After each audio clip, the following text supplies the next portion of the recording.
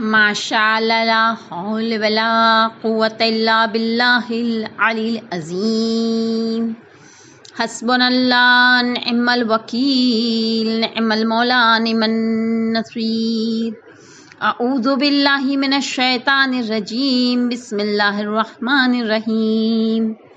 الحمد للہ رب العالمین الرحمن الرحیم والصلاة والسلام علی اشرف الانبیاء والمرسلین حبیبنا ونبینا والصفین المذنبین ورحمۃ للعالمین وابو القاسم محمد. اللہم صلی علی محمد وآل محمد واہل بیتہ الطیبین الطاہرین المعصومین المظلومین. بسم اللہ الرحمن الرحیم. اللہم قل ولیک الحجت ابن الحسن صلواتک علیہ وعلی آبائہ فی ھذہ الساعۃ وفی کل ساعۃ ولیاً وحافظاً وقائداً وناصرا ودلیلا وعینا حتی تسکنہ ارضک طوعا وتمتعہ فیہا طویلا. اللہم صلی علی محمد وآل محمد. بسم اللہ الرحمن الرحیم. اللہم اخرجنی من ظلمات الوہم واکرمنی بنور الفہم. اللہم افتح علینا ابواب رحمتک وانصر علینا خزائن علومک برحمتک یا ارحم الراحمین. رب اشرح لی صدری ویسر لی امری واحلل عقدۃ من لسانی یفقہوا قولی. یا رب الحسین بحق الحسین اسر صدر الحسین بجہور الحجہ.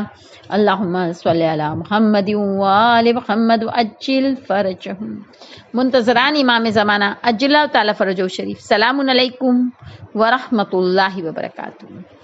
ایک عمر سے تو ہم ہیں اسی انتظار میں، ایک عمر سے تو ہم ہیں اسی انتظار میں. شاید امام آئیں گے اب کی بہار میں، شاید امام آئیں گے اب کی بہار میں. دیکھا نہیں ہے آپ کو، دیکھا نہیں ہے آپ کو، پھر بھی ہے یہ یقین پہچان لیں گے ہم تمہیں مولا ہزار میں، پہچان لیں گے ہم تمہیں مولا ہزار میں. جناب فاطمہ زہرا کے دل کا چین باقی ہے، جناب فاطمہ زہرا کے دل کا چین باقی ہے. علی مرتضیٰ کا نور عین باقی ہے، علی مرتضیٰ کا نور عین باقی ہے. کہہ دو یہ زمانے کے بے وفا یزیدوں سے، کہہ دو یہ زمانے کے بے وفا یزیدوں سے. پردے غیب میں ایک حسین باقی ہے، پردے غیب میں ایک حسین باقی ہے. اللہم صلی علی محمد وآل محمد وعجل فرجہم. عزیزان گرامی، جدید فقہی مسائل کے جو مسئلے ہم دیکھ رہے ہیں، عزیزان گرامی، آج ہم پہلے انہی مسئلوں سے